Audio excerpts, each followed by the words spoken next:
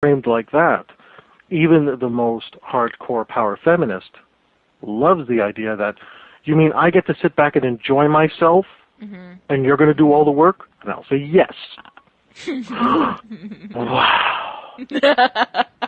So now she gets to enjoy herself, and she can actually bring out some of the little girl in her that's been beaten down by those teachings.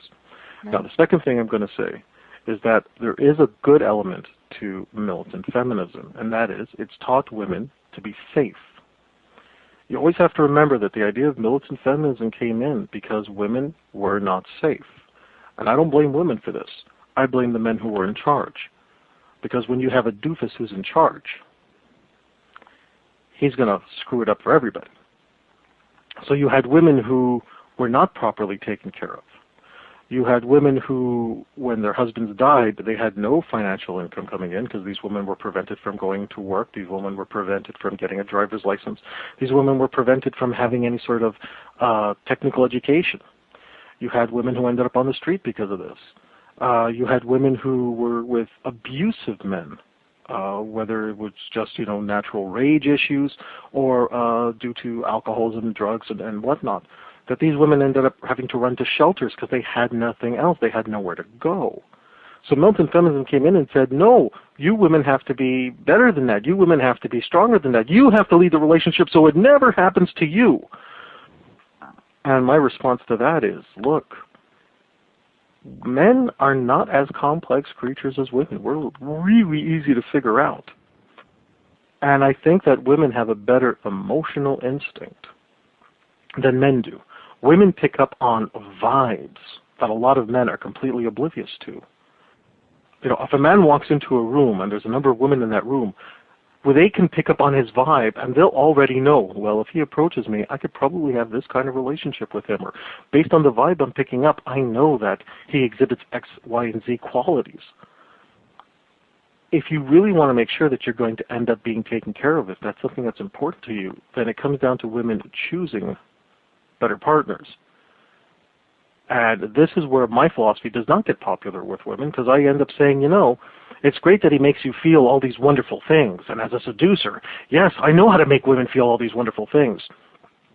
But how he makes you feel, assuming that becomes the most important thing to a woman, means that she will subject herself to different kinds of abuses and different kinds of situations that she knows better. She knows that she shouldn't be trusting that guy. She knows what he is. She knows what he can turn into. She knows the type of vibe he's giving off. But they will still stick around for the way he makes her feel.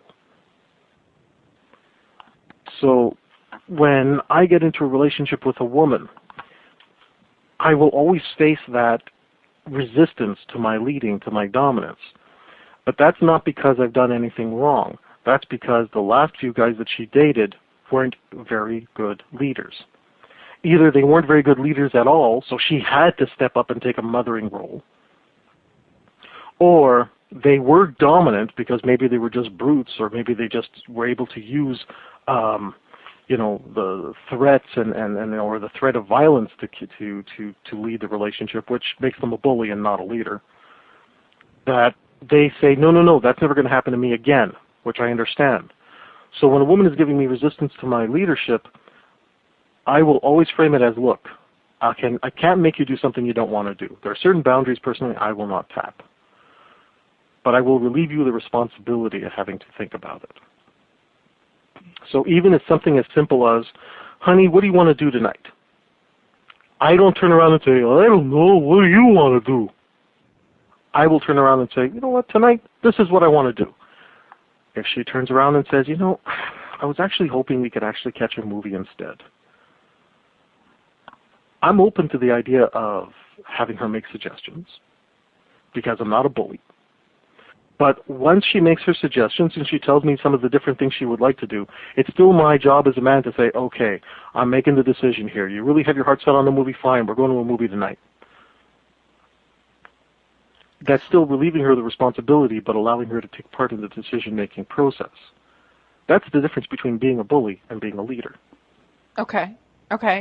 But then that leads to a book, the title of a book that you wrote, which is, if my memory serves correctly, everything a woman says is a test. Yeah, everything out of her mouth is a test. Everything. A man's guide to the emotional needs of women. Is that title literal? The reason why I ask is because when I think of that scenario, so a woman says, "What do you want to do tonight?" It's a test.